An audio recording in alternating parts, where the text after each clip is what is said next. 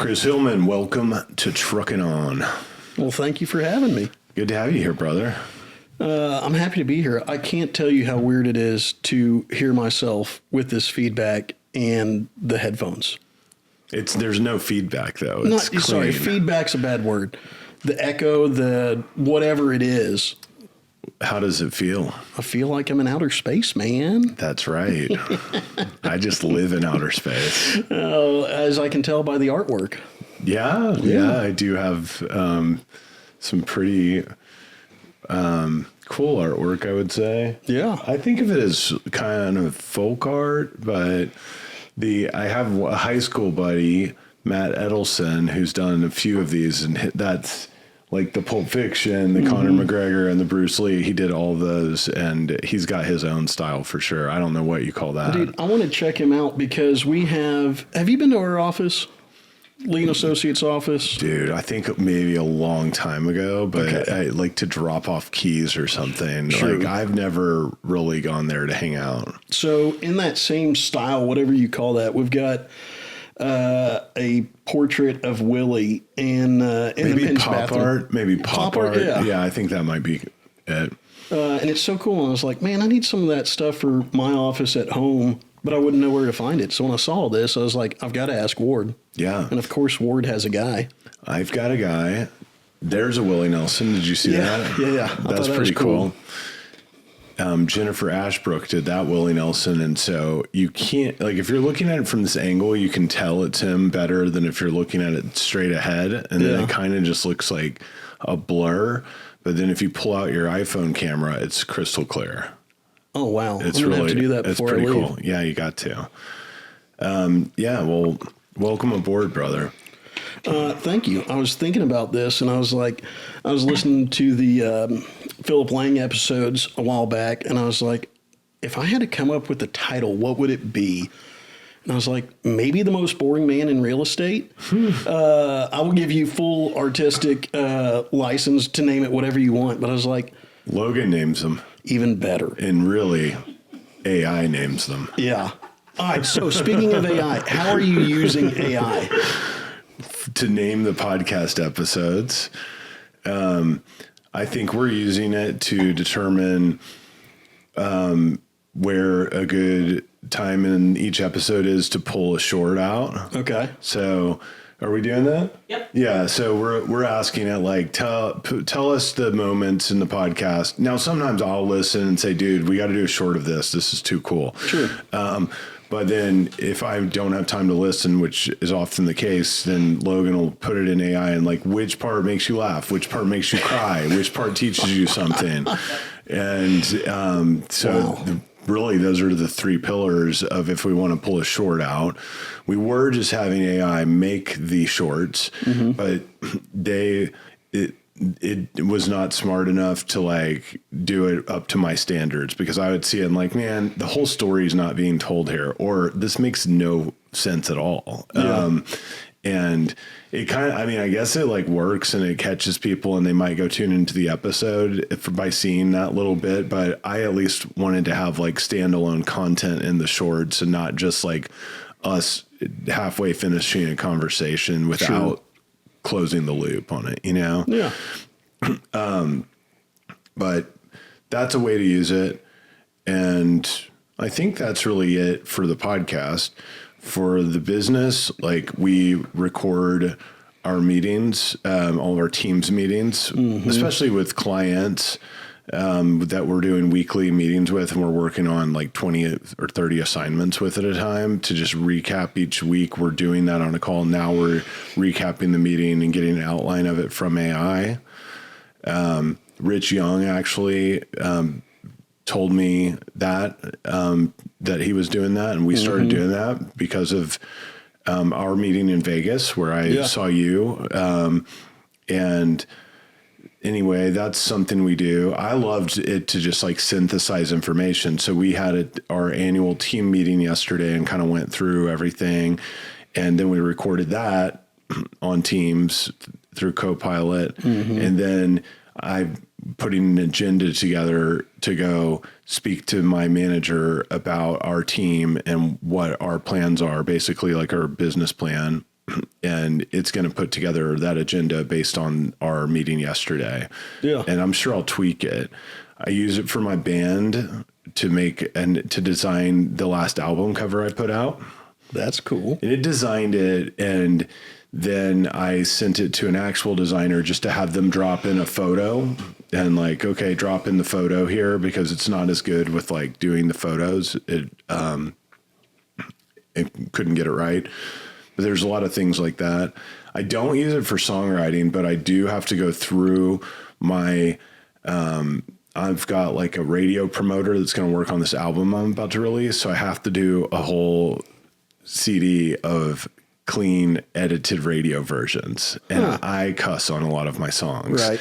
So sometime I'd use that a couple of times. Like, what can I say here instead of motherfucker? It's like, and sometimes it doesn't come up with what I like. So we just put a beep in there, but that was pretty funny because we just were like, man, we have like 15 cuss words on this album that we have to get rid of. And so we tried it like a creative replacement of word approach, but a lot of them we just like bleeped or edited out. But it came up with some funny things. Like I've got a line in a song and it says, like about doctors giving you Ozempic, and it's like fucking Ozempic to so you can eat like shit. And it changed it to, we got rid of the fucking, so it's just like Ozempic, so you can eat drumsticks. And it's like, it's funny. So we used it for that. But dude, I use ChatGPT all the time now. Like just to edit things for me. Yeah. I don't like it to create. I like it to synthesize data and edit. And it's really good at that. So speaking of that, before you send over the list of questions, so here's your list of questions that you know. I asked ChatGPT what it was, and I mean, you take a look at that. Other than saying 2023 instead of 2025, how nuts is that? You asked Chat what questions I would ask you. Yeah, I said if I'm going on Ward Richmond's Truckin On podcast, what questions does he hit on most? Wow. Obviously, I've listened and had an idea, but I mean, that's pretty wild. Spot on. That's wild. That's really cool. It knows me really well. Yeah. I wrote a book during COVID. I haven't published it yet, but I'm using it to help me edit, but it kind of is frustrating actually as an editor for a whole book because it's just a lot and it kind of like jams it. I mean, it's like a 300-page book. So it's too much for it to handle. I would have to piecemeal it, and I'm too impatient kind of to piecemeal it. But it's not doing the job that I want it to do on the book. So it's not as good for some like long form thing like that. I don't know how to use it right. But because I read the book, it's a memoir about my whole life story. So I can go in and say, write a bio for me for my podcast for me to put on my website. Or write a bio, an intro email to somebody introducing them to me, like that I want to work as my radio promoter. Yeah. That kind of thing. And it's pretty cool because it knows all about me. And I was joking with someone the other day. I was like, ChatGPT actually like gets me more than most human beings. Like, he or she just gets me. I don't know. It's a them. Is it a they? They, them. They, them. Maybe. Okay. So ChatGPT is right. And I'm going to ask you, tell me about your life, age 12 to 22. Yeah. I was thinking about that and it's tough. So I grew up here in Dallas, Royal and Abrams, Lake Highlands area. Bought a house, Royal and Abrams, 30 feet from my mom's property line. So I love it. Bold move. Bold move. But my mom and my wife get along. So that's let me back up. I had a test run. I bought my first house. It was a whopping 2 streets over. So like a 4-minute walk. And then COVID happened. We just had our son. He was 4 months old. We all got COVID, got stuck in the house, 2 dogs, all the baby accoutrement. And so we started looking for a bigger house. And this one popped up. And I'm not big on vision boarding or planning, but Lauren, my wife, and I had done that. And this house literally checked every single thing, like downstairs master, a pool, still having space in the backyard for the dogs, a playroom that's away from the master, all these other things. So, dude, yeah, that same thing happened for this house. And I was real clear on what I wanted. I didn't even look for a house. I wrote it all down though. And I had it in my mind and I had it visualized like there's one house that I will buy and it has to be in Lakewood where I also grew up. I'm not across the street from my parents. I'm on the other side of Lakewood from my parents. We got to keep a little bit of distance. But man, that same thing happened. And my realtor friend called me and like, dude, and I didn't even tell him what's on my vision board, but he's like, he listens to the podcast and stuff. And I don't know. He's just like, Ward, you have to come look at this house. This house is built for you. And I came over and looked. And it's like 4 bedrooms, 1 story, sick backyard in Lakewood. Like, and it's also on the closest part of Lakewood to my ex-wife's house and to my kids' current elementary school and stuff like that. And it's like, wow. That works, though. Yeah. So vision boarding works. Yeah. Being clear about what you desire in life works. Yeah. Like that's actually how everything I've ever accomplished was accomplished is I put my mind to it and said, I want this to happen.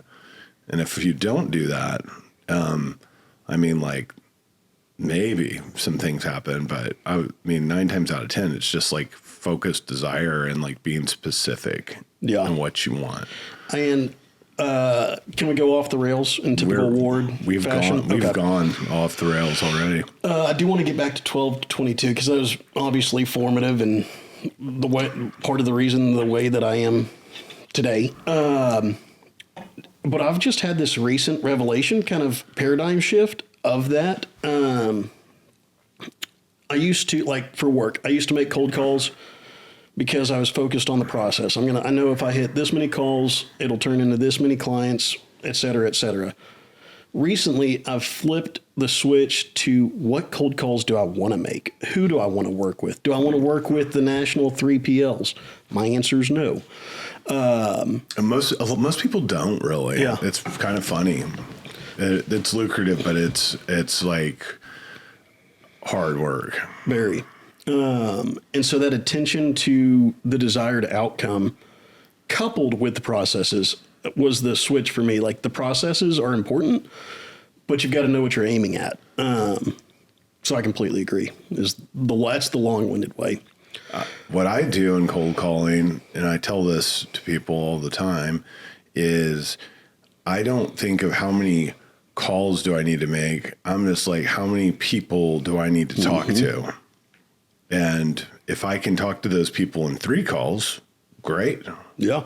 And that my game is how few cold calls can I make to talk to the people that I want to talk to? Yeah, because that's the metric that matters, talking to the right people. Yeah. And the status quo works. Like if you make 100 door-to-door cold calls, like if I do at least, I'll talk to 50 decision makers is kind of like how that worked when I was doing that.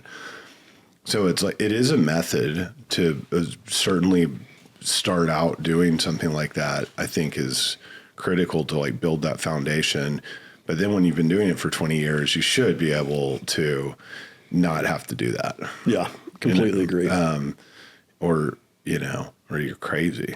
And there are people that are crazy like that. Certainly. And some people say they like it, but I don't believe it. So going back 12 to 22. Lake Highlands. Grew up in Lake Highlands. I went to Highlander, which was a private Christian school. It's now morphed into Highlands Christian School. The original owners are out, and I hear great things about it. Things are still going good. Point being, small private Christian school. Then I go to Forest Meadow. Loved my time there. But right as that junction was happening, my parents got divorced. Ooh. And divorce was something that I knew was awful, but it happened to other people. We were idyllic. You know, we had a nice house. We went on a couple of vacations a year. We were at church every Sunday, like actively involved Wednesday nights, things like that. And so that hit me like a ton of bricks. And just like the foundation of everything was gone for me. And it's at a pretty point of inflex at a pivotal point in your life, right? You're going through puberty. I was going from a small private school to Forest Meadow. And then next thing I know, my dad's out of the house. Just crazy. And there was no infidelity. There was no cheating on. It was, they just wanted different things for the family. And that almost made it even harder. I wanted there to be a bad guy or gal that I could point the finger at and be like, that's the reason that my family's falling apart. And I didn't have that.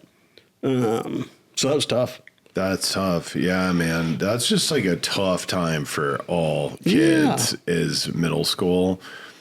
Yeah. And you just throw that on there. Then, I mean, I'm divorced and my ex-wife and I I would say we split for similar reasons. Like we weren't seeing eye to eye on a lot of things, like to the point where it's like, what are we doing? Like we're going in two different directions. So whatever. She wanted to wait until the kids got older. And I mean, so we're like having this conversation, like we're going to get divorced in 4 years from now. And I was like researching it and talking to my divorced friends and everybody and therapists and stuff, like do it if you're going to do it, the sooner you do it and the younger your kids are, the better. Yeah. Don't wait. So, anyway, but it's, I mean, like hopefully people don't have to get divorced, but if you do, like waiting for the right time to do it, like if you're going to do it, it's like anything that sucks, get it over with. And, that's probably the right answer. Yeah. So, yeah, that's tough. Did you, just live with both parents and split time with them, or how did that work? So that was interesting. My dad's from Arkansas, grew up in a family that farmed. He moved back there. So I guess when the economy went in the tank after 9/11, he was a loan officer and mortgage broker. And that went away. He went back to Arkansas to work for the Rockefeller family. There was one Rockefeller that broke off and didn't want to do finance in New York. He followed his Marine buddy to Arkansas and started rice farming. My granddad, oh man, this isn't a 4-hour podcast. My granddad dropped out of college when his dad passed away, convinced a banker, he found a banker dumb enough to give him a loan, is the way he puts it. Started rice farming. He got synced up with Win Rockefeller to be the farm manager. Through that, he was able to buy some land for himself and do that. So he was farming for himself and also managing Win Rockefeller's farms. When Rockefeller passed away, when Junior came in, and my granddad kind of helped mentor him and be a father-ish figure to him. And so my dad, the reason I say that is when my dad got laid off from mortgage brokering or loan officering, I don't know exactly what he did. He went to go manage Winrock Farms, which was that entity. And then my parents just grew apart. My dad both parents wanted the family to be together. My dad thought that the best avenue was move to Arkansas.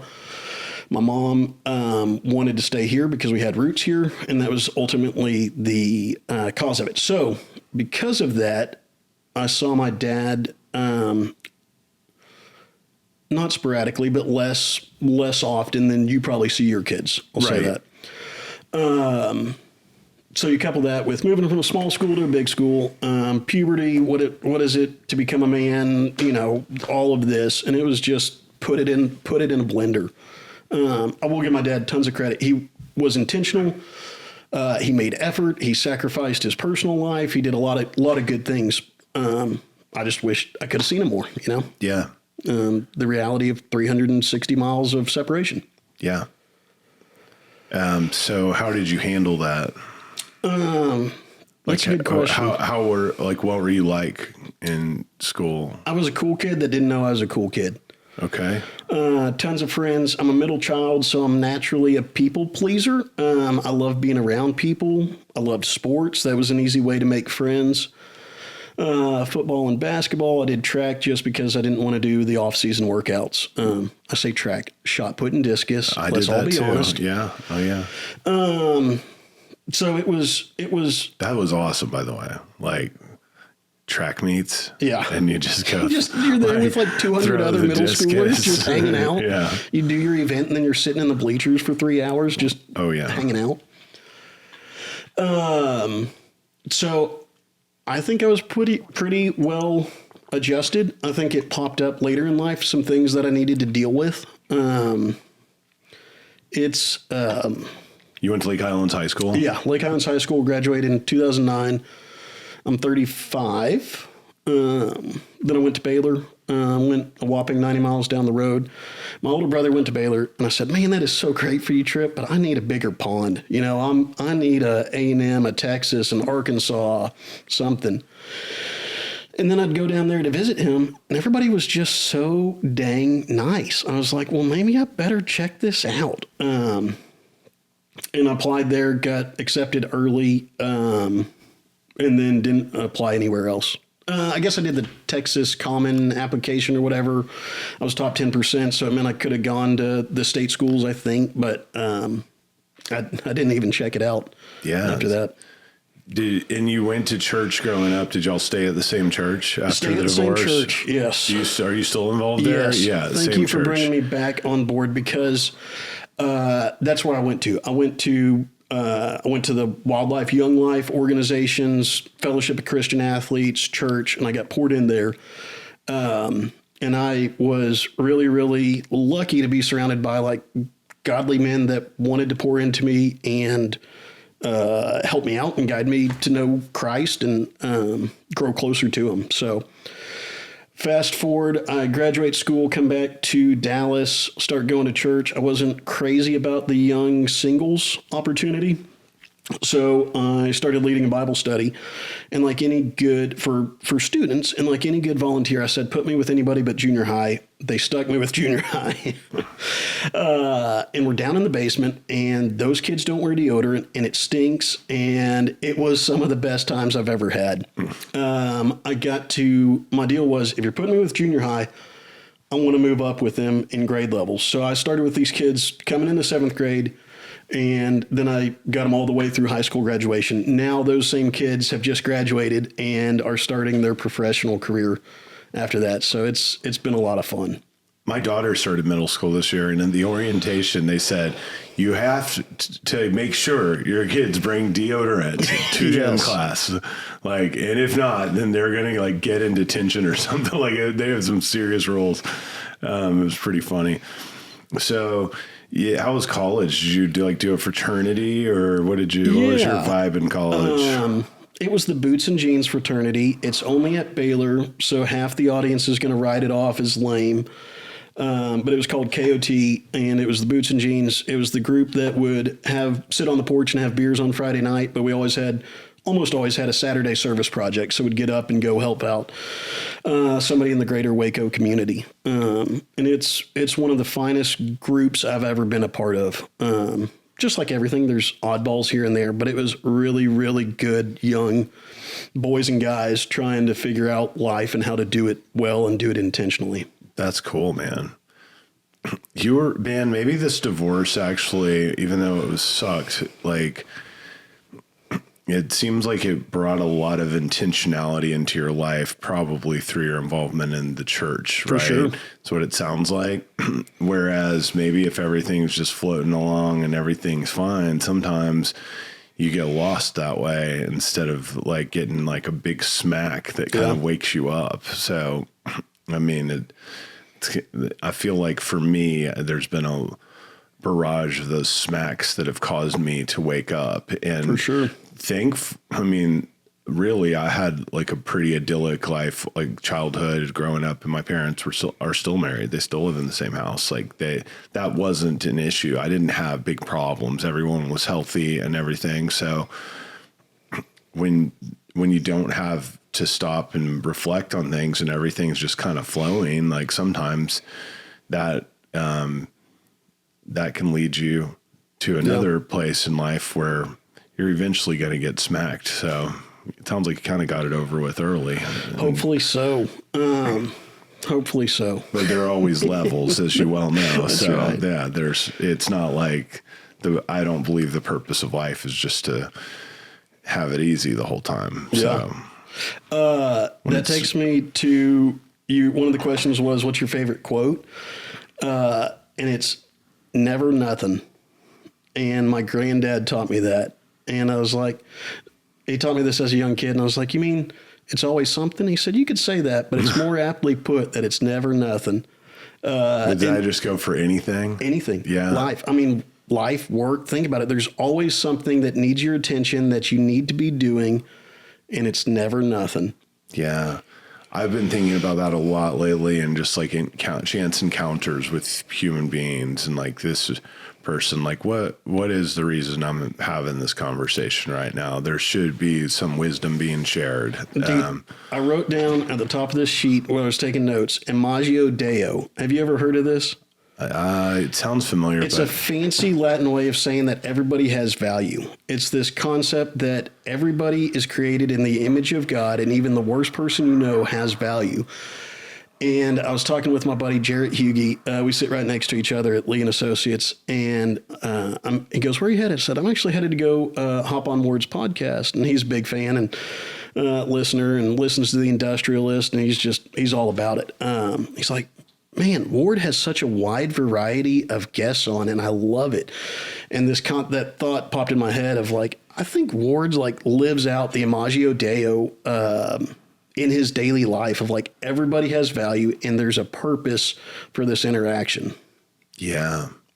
Yeah, everyone for sure. I definitely believe that. And I really try also, like, when you run across people that you might not like or might piss you off, like to find the compassion and try to like find empathy for where they're coming from and see that. But and I believe everyone has wisdom to share, and that's there's something there. And I believe you have the ability to share wisdom with anyone who you encounter as well.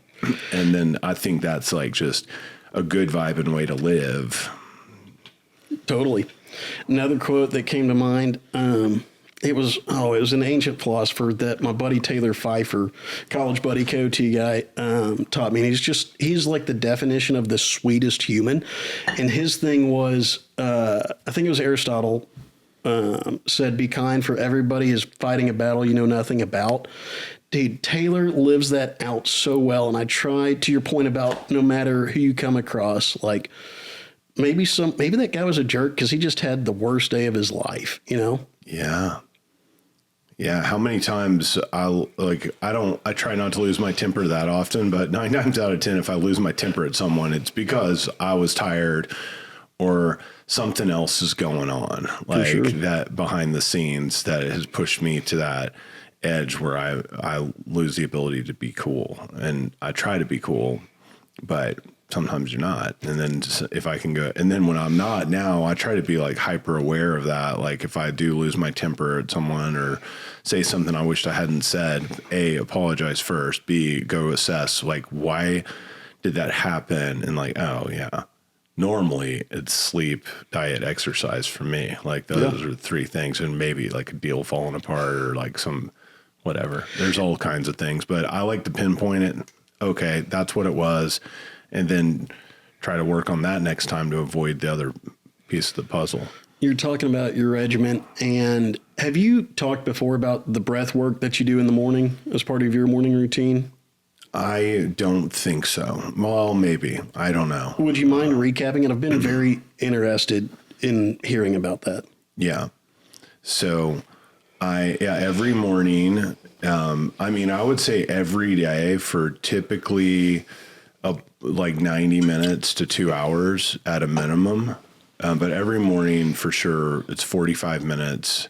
I set a timer to do breath work. So I stand up and I just... And is this right out of bed? No, I read 10 pages. The first thing I do, I have coffee, and then I normally go outside to my backyard. And sorry to keep you interrupting. Do you have a name for your backyard? No. I think it should be the Zen Garden. The Zen Garden. Dude, I walked out there and it's like, you're not in Dallas.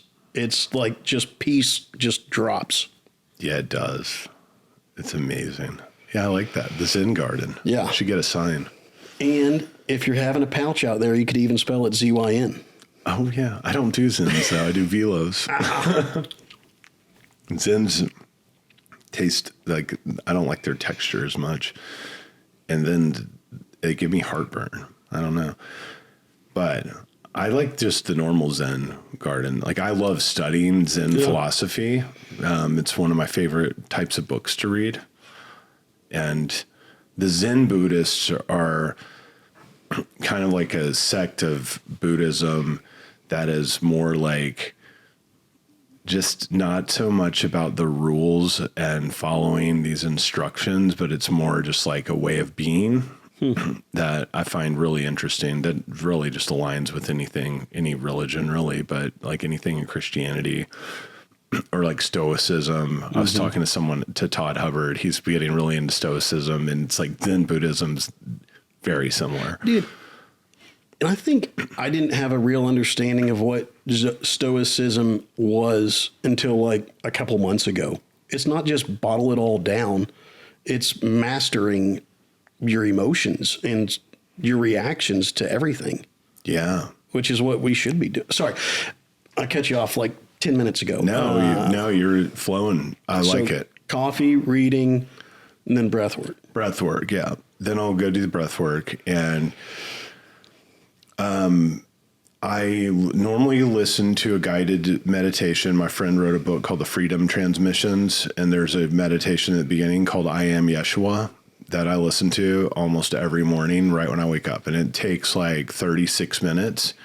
So I'll go out there, say a series of prayers, affirmation statements, hit play on the meditation, do the meditation. During that time of the meditation, I stand up, I basically take a really deep, slow breath in, and now I practice this breathing exercise for several years and for hours a day.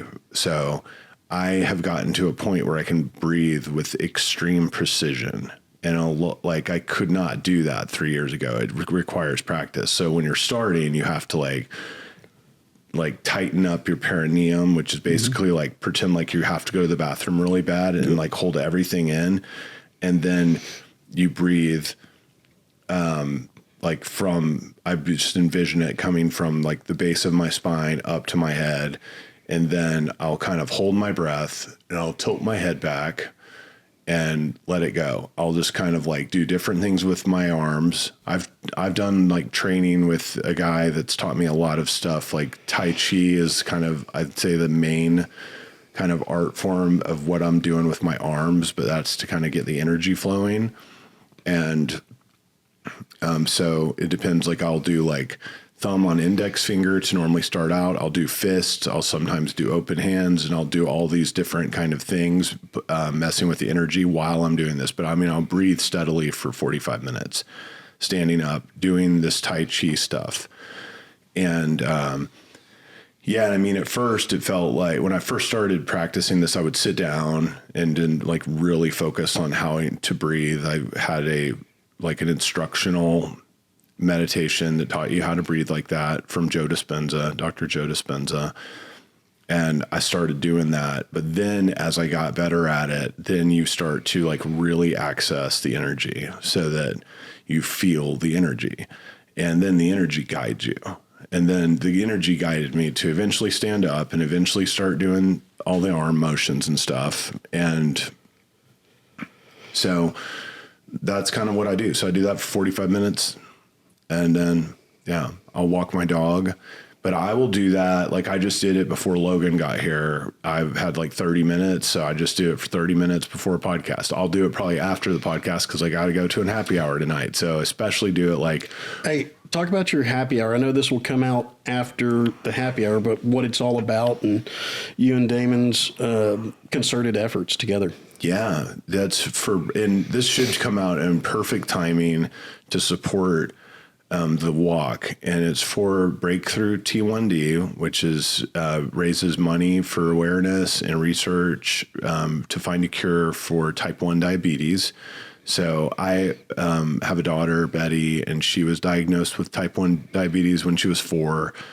Damian Rivera at Cressa, his daughter was diagnosed a couple years ago. Lila, I believe she's a couple years older than Betty. So I think she's like probably 13 years old.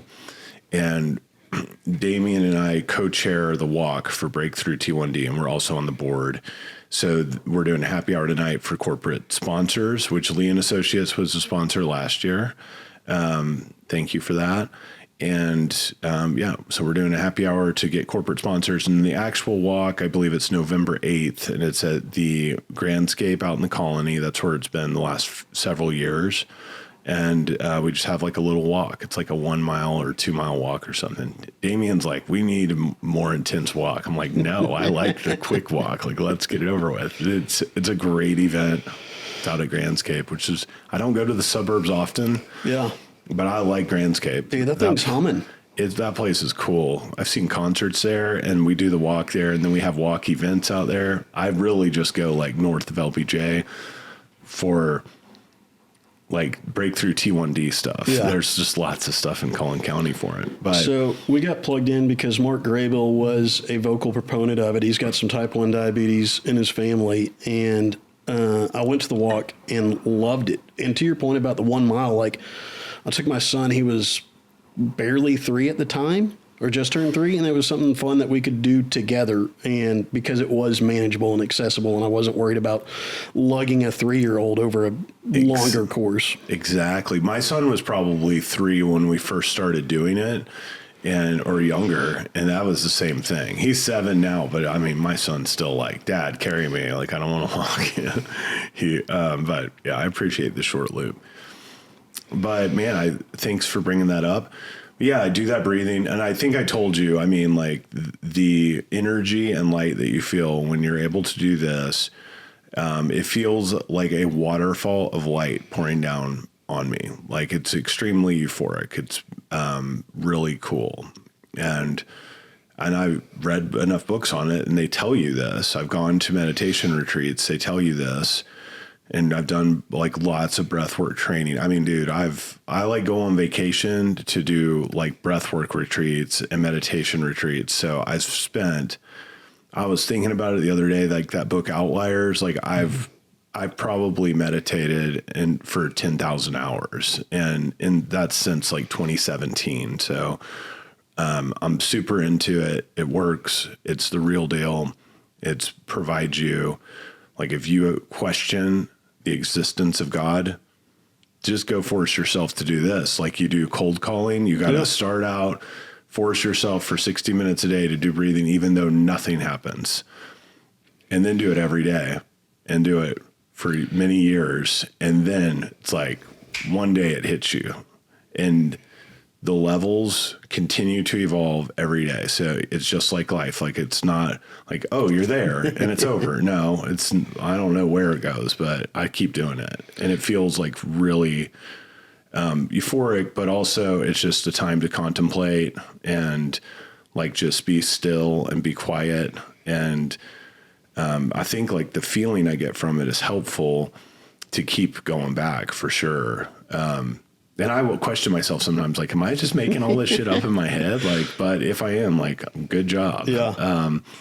But I know, I believe like it's real and everyone should be doing it. And it's like a secret to life that's free and easy and anyone can do it. And I think like it creates miracles like I've never seen before, like this house. Dude, I used to write it off as like, oh, kooky, you're weird, whatever. Or like, oh, that's distracting from worshiping God. And like my friends and family will probably be surprised, but like I've dabbled in that now, and I'm like, I'm a believer, and I feel like, man, I feel the Holy Spirit more connected. I'm more in tune with my body, my plan for the day, what I feel like God's calling to me to with the Holy Spirit. And like, I'm like, to your point, like, am I just making all this up? But like you said, if I am, man, it's working. I'm more patient. I'm more kind. I'm not snapping at my wife. Yeah, I feel more in tune with God. So I'm with you there. And it's mainly, I think when I reached out to have lunch with you, I told you just how much I enjoyed this podcast and having my coworkers on, Nathan Denton and Mark Graybill, and learning something about them that I didn't know. And through this, and Joe Rogan talks a lot about it. And I was like, well, to your point, it's free. Like, what's the harm? I've got the Peloton app. Why not do a guided meditation or some yoga and feel grounded and present? Because this world's spinning faster and faster, and I want to be here in this moment doing what I'm supposed to be. Yeah. I have heard feedback from people, like for very religious people, that like, I mean, there's almost like there's certain religions, I think, or where it's like, no, don't do that, because that's not the right thing to do. And it's like, well, where does it say that? Yeah. Like nowhere in the Bible does it say don't go meditate and do breath work. Like that's insane. And what did Jesus do when he was stressed? He retreated. He got away. Dude, he got into nature. Like, this is what he did, man. I can guarantee you this is what he was doing. And I tell people that all the time. I was like, Jesus was a master of doing this. Like he could do it to the point where he could levitate, right? Like that's how that's real. And if you read, and also I find religious people, certain religious people are not open to reading about other things. So there's a book called Autobiography of a Yogi that I've read many of times. Steve Jobs gave it to everyone at his funeral, I believe. And it talks about these master meditators. Like this whole book is like these hardcore people in India that dedicate their lives to meditating. And they are, like there's the guy that's like the tiger yogi, and he can like move his consciousness into a tiger, and like you read about crazy things. And when I read it, it's like, that's crazy. Now through this practice, I'm like, I don't know nothing. That's all I know now is like, I know that whatever is going on upstairs is beyond my comprehension. And that really, I've read so much on different religions and different philosophies, and I consider myself to be a Christian, but I also see there's a parallel between it all. And it's a way to be and a way to live and a way to treat your fellow human beings. And at the end of the day, the basis of all of these different religions is, to me, I view it as the same basic message, that then if people get involved and then people make up different rules, and then it becomes these different sects of different religions that some people get crazy and form cults, and others, you can go to a great church and it's an amazing place, but it can be the same foundation of the same religion or the same message even that can go once people get involved who are not prophets and not like, they're just you're human beings, then there can be a tendency to start taking this to lead to control and power and things like that. And then I think the basic message, though, is simple. And that's what I try to adhere to, is the basic tenets of like how to be a good person and follow the golden rule. Like, sure. Pray, meditate, whatever you want to call it. Stillness, like shut that mind off. And what you were talking about, what you're experiencing, that's like the number one reason for stillness. And we were talking about like how I lost my temper and like going back and thinking about that. I'm not thinking about it necessarily on the fly, but those mornings, the next morning, it's like, this is what happened yesterday when I lost my temper. So I'm going to work on that today, and I'm going to need to call this person and maybe apologize or something, or like I better eat lunch today because I forgot to do that yesterday. Yeah. Or I better not eat Susie cakes for lunch because I did that yesterday. Like drinking, that's like it's the epitome of helping me quit drinking, is recognizing, I slurred at a conference last night. Like I drove home that I maybe shouldn't have. I took an Uber to dinner because I did want to drink, and that gave me anxiety because I felt like a drunk taking an Uber to a date or a client dinner. But the meditation time like helped me realize that kind of stuff. And oh man, it's just good for like helping you to hone in on your life. And I believe God is right there. And I don't take credit for it. All I do is in these meditations too is ask for God's guidance, right? Like, help me, like help your voice to be heard through mine, help your energy to be felt through my presence, help me to make decisions that are in alignment with my soul's purpose. That's what I am telling. That's what's going through my head while I'm doing this every morning. That's cool. So cool, man. I'm glad you brought that up. It's fun to share. Yeah. Have you ever read Breath by maybe James Nestor?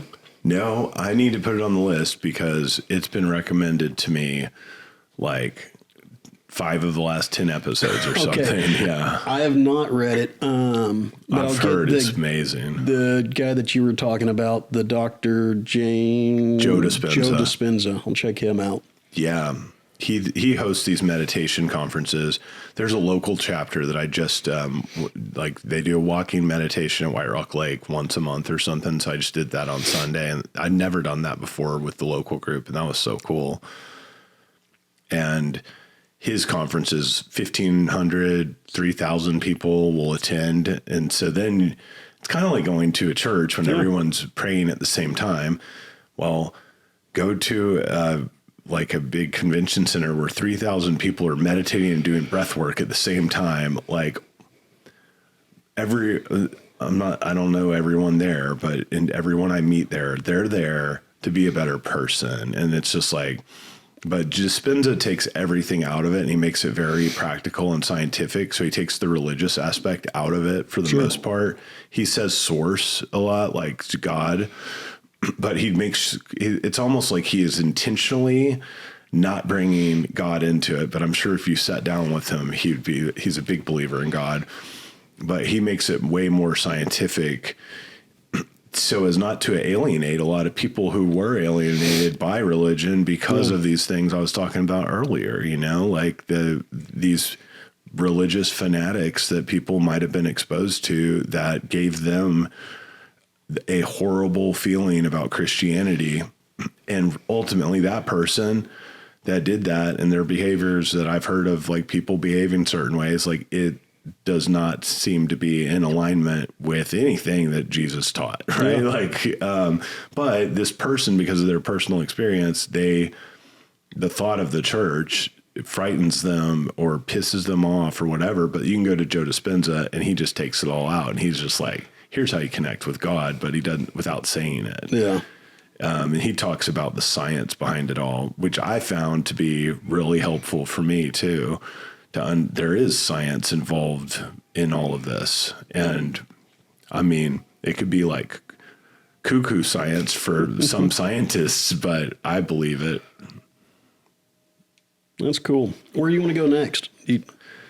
Well, you got out of college. You're a Sunday school teacher. You joined Lee and Associates.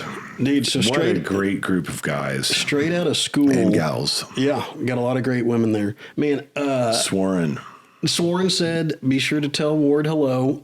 She heard me talk and said, hey, tell Ward hello. So thank you for that reminder. She's a force of light within the world. She's a force, man. She's a force. She is a force. She talk about determined, get it done.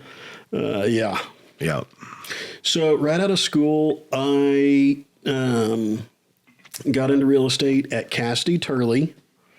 Blake Anderson gave me a shot, and the Dallas industrial team was Blake and David Esky.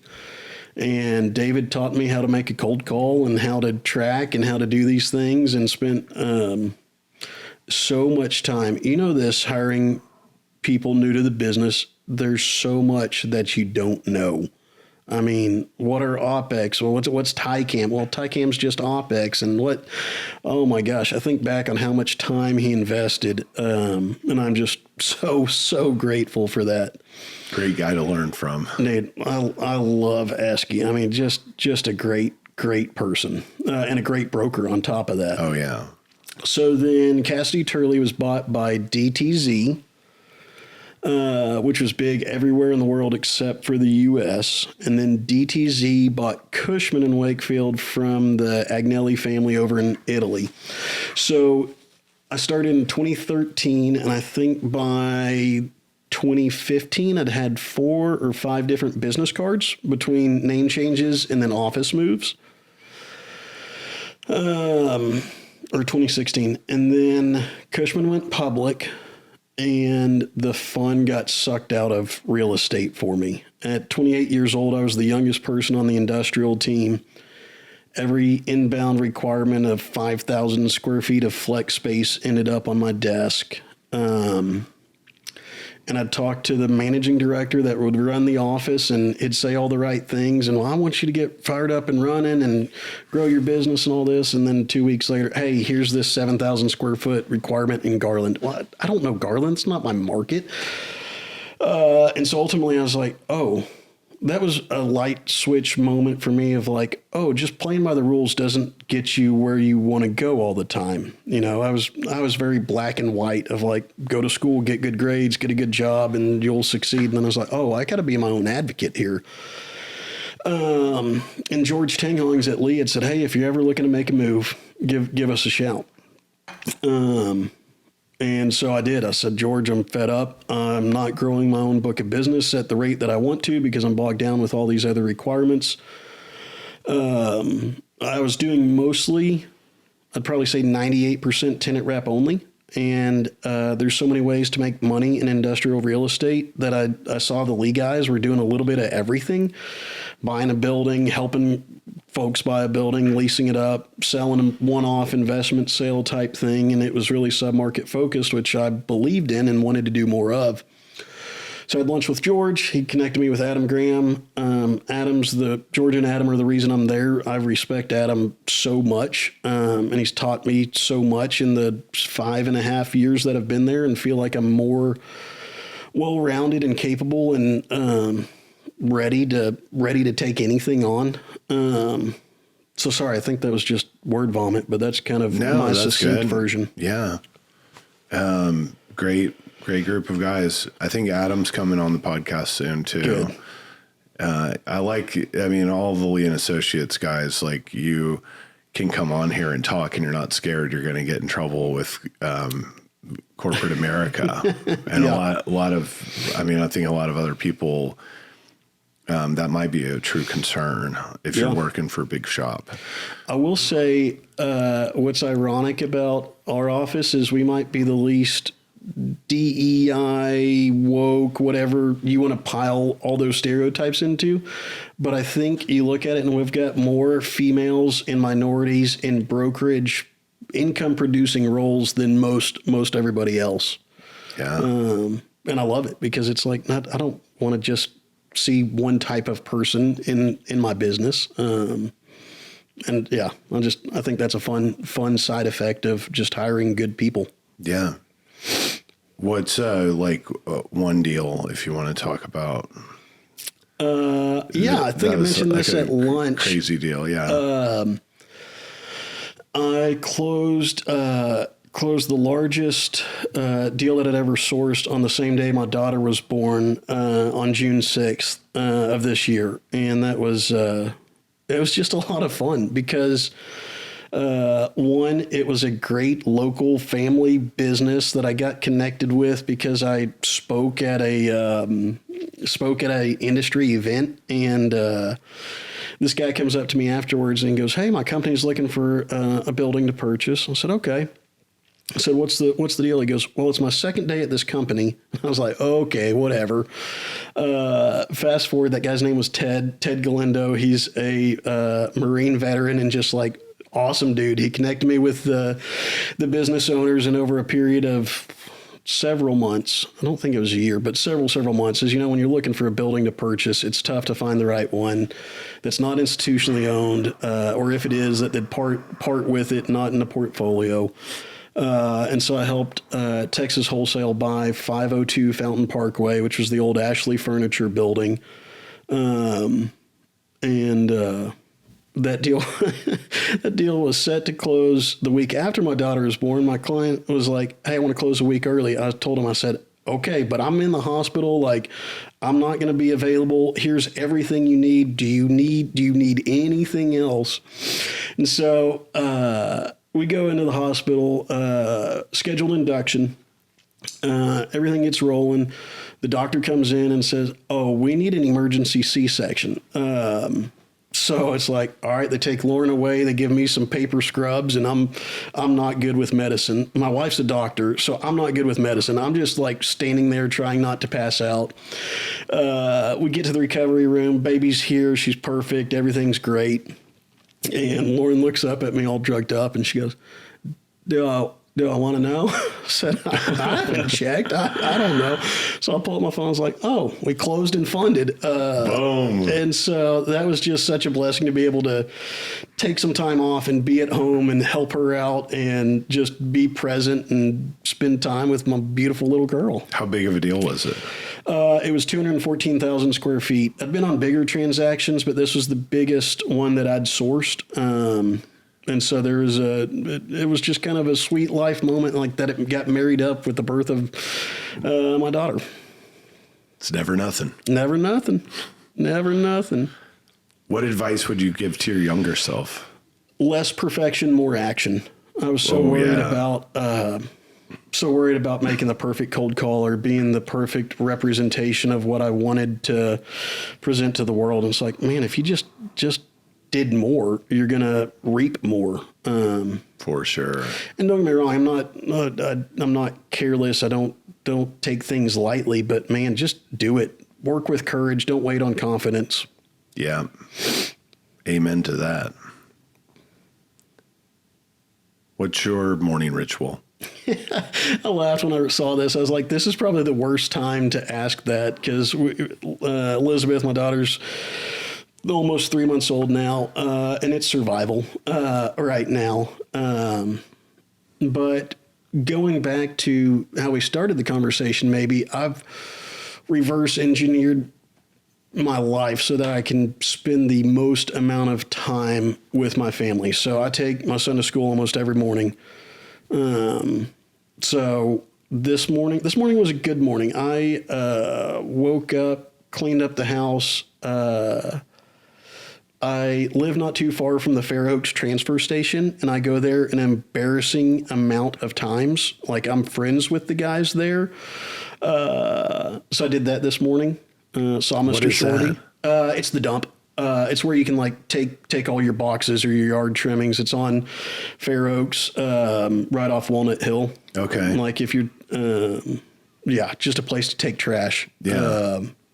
And I don't know why, but I'm always there. Boxes and yard clippings and everything else. Yeah. But I say that just because obviously I'm a little bit weird, but I make friends with everybody. So I saw Mr. Shorty, the sanitation worker. Had a good 5-minute chat with him. Came home, cold plunged, very trendy. What kind of cold plunge? I got the pod. Okay. I've seen that. Yeah. So I'd been talking about it for like 9 months or so. Is that Gary Brecka's? I don't know. Okay. They're big on Instagram. Like if you Google cold plunge, it's going to start popping up on your Instagram feed. They're very aggressive. It's going to start right now because we're talking about it. Yes, for sure. So I'd been talking about it and was telling Lauren how much I wanted it. I enjoy it when I go to the gym or go to a spa or whatever. And she kept trying to talk me out of it. And Lauren's like, very supportive and very on board and very chill, and I couldn't figure it out. Well, behind my back, she'd been texting with Corbin Blunt, who has a cold plunge, asking him what kind she should get me for Christmas. So for Christmas, she got it for me, Christmas of 24. That's funny. Yeah. So cold plunge shower, change the baby. That's my kind of wife right there, getting you a cold plunge. What a great Christmas present. It was awesome. What a life-changing device those things are. I mean, it's like breath work or meditation. It sounds like you're kooky until you try it, right? Yeah. And you're like, wait, getting in 40-degree water feels good? And it's like, no, what feels good is the afterwards, you know? Yeah. The mental clarity, the lack of inflammation. I've got psoriatic arthritis, so my feet get sore real easily, and that's been awesome for that. So that, and then I took Lane to school, and then I got to work about 9 o'clock, you know, and I will be home after this podcast. I'll go work probably from Hudson House or Taco Joint for a little bit, get caught up, and then go pick my son up from school, and then I'll work again from like 8 to 10 p.m. That's awesome. Thanks for sharing that. What's your favorite vacation destination? Man, I just wrote down the lake. I love the lake. What lake? Any lake. Okay. Being next to a body of water. My dad's got a place on Lake Hamilton in Hot Springs. It's gorgeous. It's got topography. I enjoy that. I was out at Lake Athens last month just on a guy's trip. And then probably like, if somebody wanted to go there, I would say Beaver Creek. I love Colorado, just like every other Texan, just like every other real estate broker. We're going there this weekend for Labor Day weekend. Right on. Flying there with a 3-month-old. So thoughts and prayers for us. Yeah. Sometimes that's easier than a 3-year-old. That seems to be the consensus in people I've been talking to. So, Beaver Creek, and I just love it. Just getting away from the heat, getting up in the mountains, and just a change of scenery. That sounds amazing. I love it up there.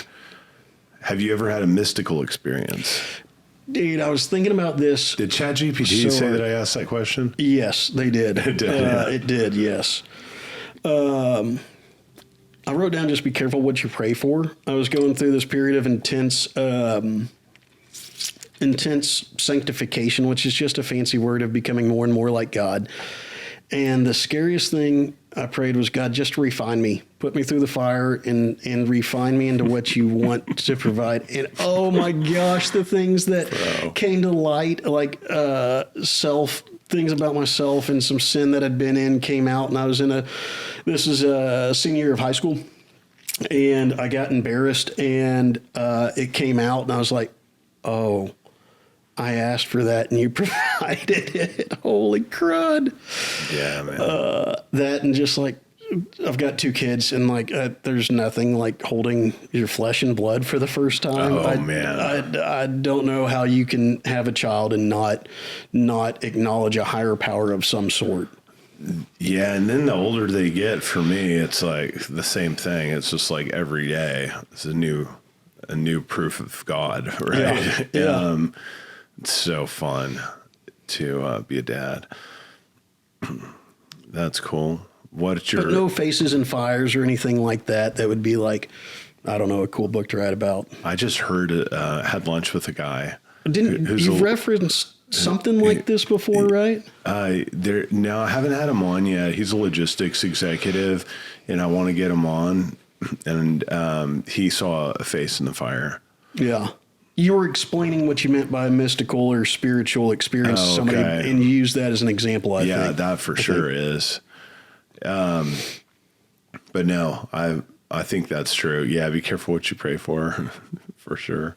I love that Garth Brooks song, Unanswered Prayers. Yeah. Isn't that good? Yeah.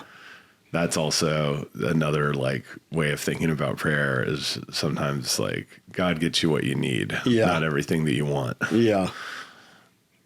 Just like the Beatles Sometimes said. you don't know better. The Rolling Stones. Rolling Stones. I knew I shouldn't have thrown out music on a podcast with Ward. I love that song. What about a book? Dude, are you a reader?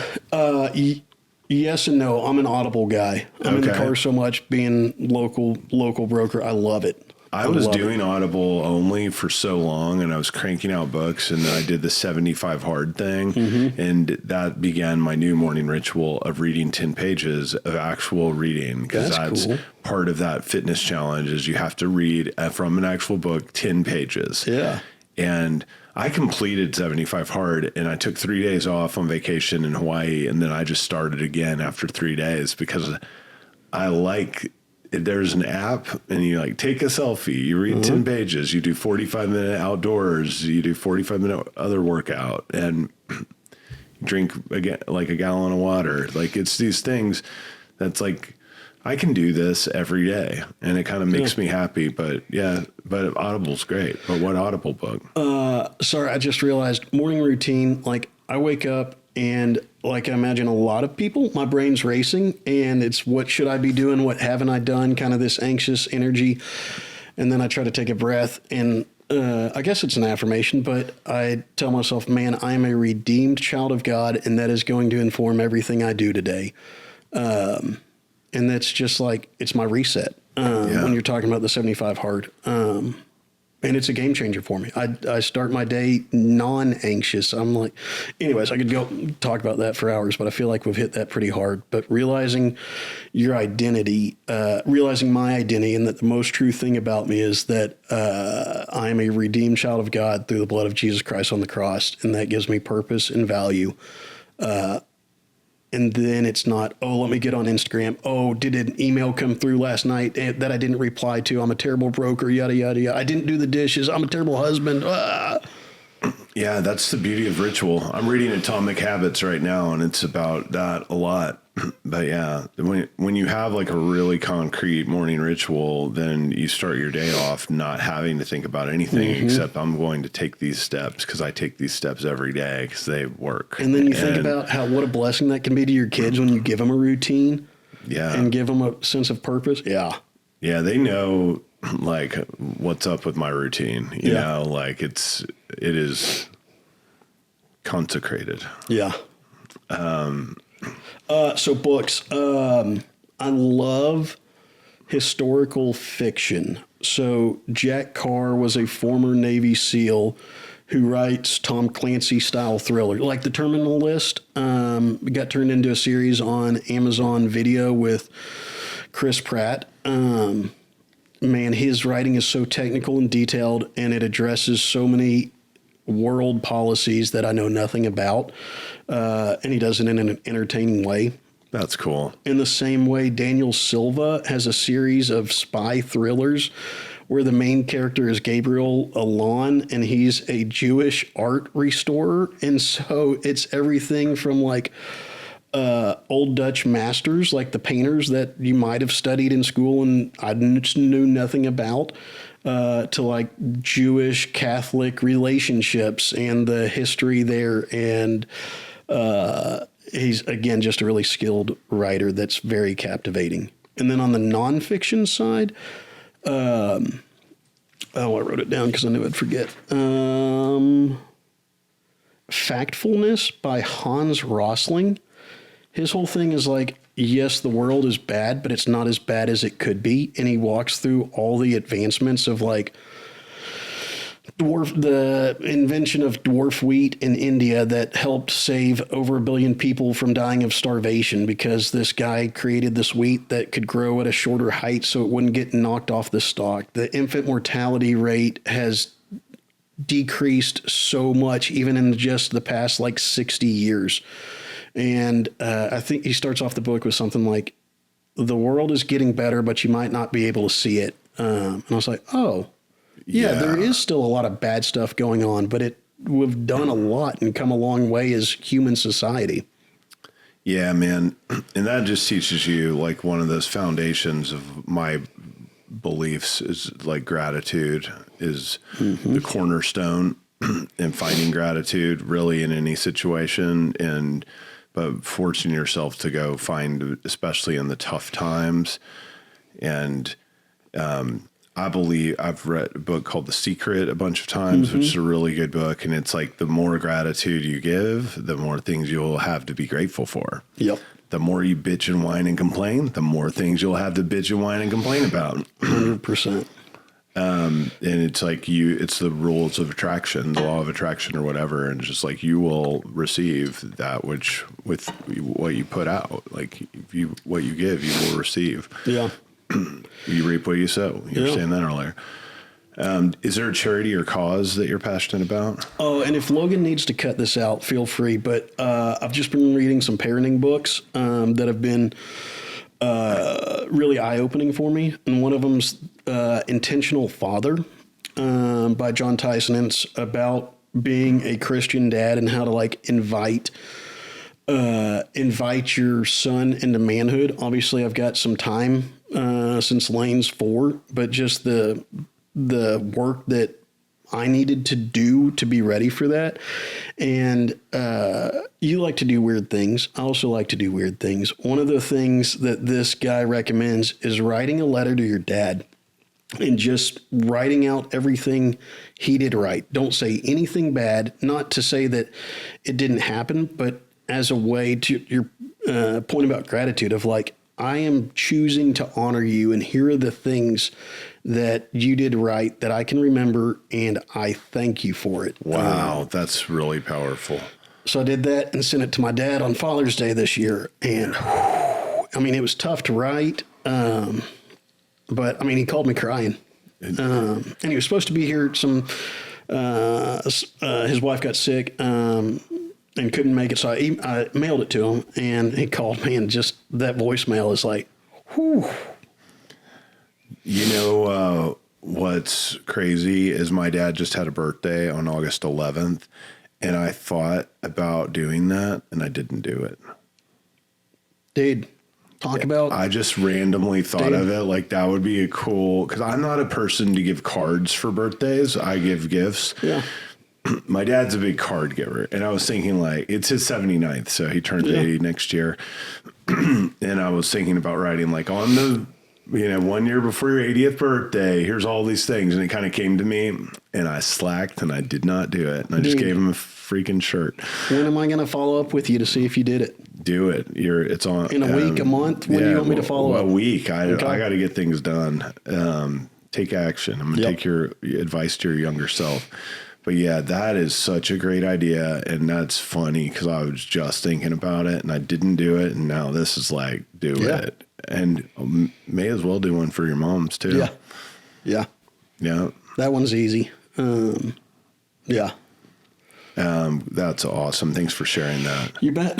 Charity or cause? Man, start at home. For me, I could talk about this a lot. I think I am a bleeding heart capitalist. And I think the local Christian church has done overall a poor job of helping the immediate physical needs of the most vulnerable in our society.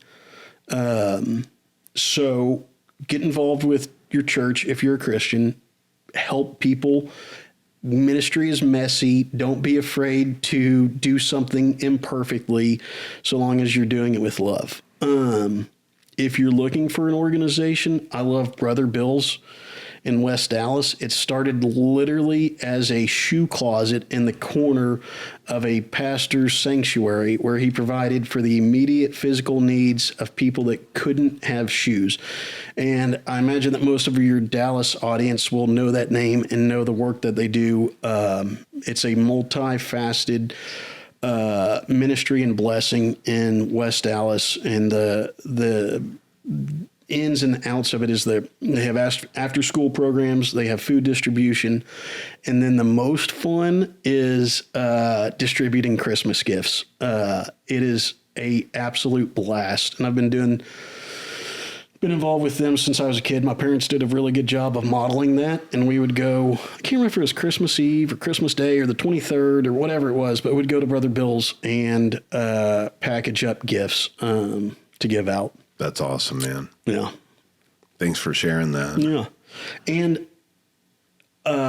this is not a Lean Associates commercial, but man, it's been fun to see because it is such a smaller, less corporate-y thing. We do I think it's like every quarter we do something, and the one that we keep coming back to is the Special Olympics, and just facilitating some of the camps for that. And man, it is a blast to see Becky Thompson out there taking score of how many times these kids can dribble through the cones in a set amount of time. And, you know, Dapper Dan Nathan Denton is calculating the score totals and enjoying just being with the kids and students and the families. And it's a lot of fun to get out and do a charitable effort with people that you might not typically do that sort of activity. Yeah, that's awesome. Yeah, man, you guys are a good vibe in office, and you do a lot for this community. I know that. I think that's all I got, my man. Hang on. I know I said I shouldn't bring up music, but I had to write it down because I've gotten really into music the past couple years. Oh, yeah. Tell me. That is a question that I don't ask as much these days. But I always ask, like, what is your favorite song, or what do you want to talk about? Yeah. Dude, I've been getting into, I found some guys on Instagram that, like, that tell you the history of samples. And it's fascinating of like, oh, this song was based off this, which was based off a Mississippi blues song from 1920s or whatever. But Jarrett, my buddy that I was talking about it, he turned me on to St. Paul and the Broken Bones. Just good vibes. And then what it was? Oh, Ain't No Love in the Heart of the City by Bobby Bland. That Jay-Z sampled and rapped over. There's just something about it that it just hits you. And it's kind of like Lovely Day by Bill Withers. I can't hear it and be in a bad mood. It's just kind of a reset, you know? Yeah. Thanks for sharing all those. I'm not familiar with any of those songs, so I need to go listen to them. I know something. What is the Jay-Z song? I think it's called Ain't No Love. Okay. Yeah. Yeah. I'm more like 90s and old school country music aficionado. So have you been on the 90s pop, granted, and 90s country, but like country up until probably year 2000, I'm pretty aware of that. And then like the whole Americana scene, I'm like pretty, Red Clay Strays. That they're too poppy commercial pop for me. Okay. I appreciate them. I think they're very talented, but I don't listen to them. I'd go like Turnpike Troubadours would be like a more modern band that's really like famous that I would listen to. And how good that they're back together. Yeah, and he battles alcoholism and he keeps getting back up and getting sober. And I mean that type of those people that are out there doing that, and it's really inspiring to me. And what's his name, the front man? Evan Felker, I think. I might be screwing that up. Dude, so you're on Instagram, right? I don't have my phone, but yeah, I'm on Instagram. I'll send this clip to you. I think it's called Americana Podcast, but it's him and REK just sitting down jamming together. And it's, dude. Oh, yeah, send it to me. Yeah, I love REK. He's the man. Right on, Chris Hillman. That's all I got, dude. Well, good. Well, thanks for the time. Go enjoy time with your kids this afternoon after you get some work done. Yeah. And thanks for trucking on. Thank you. Talk to you soon. Peace.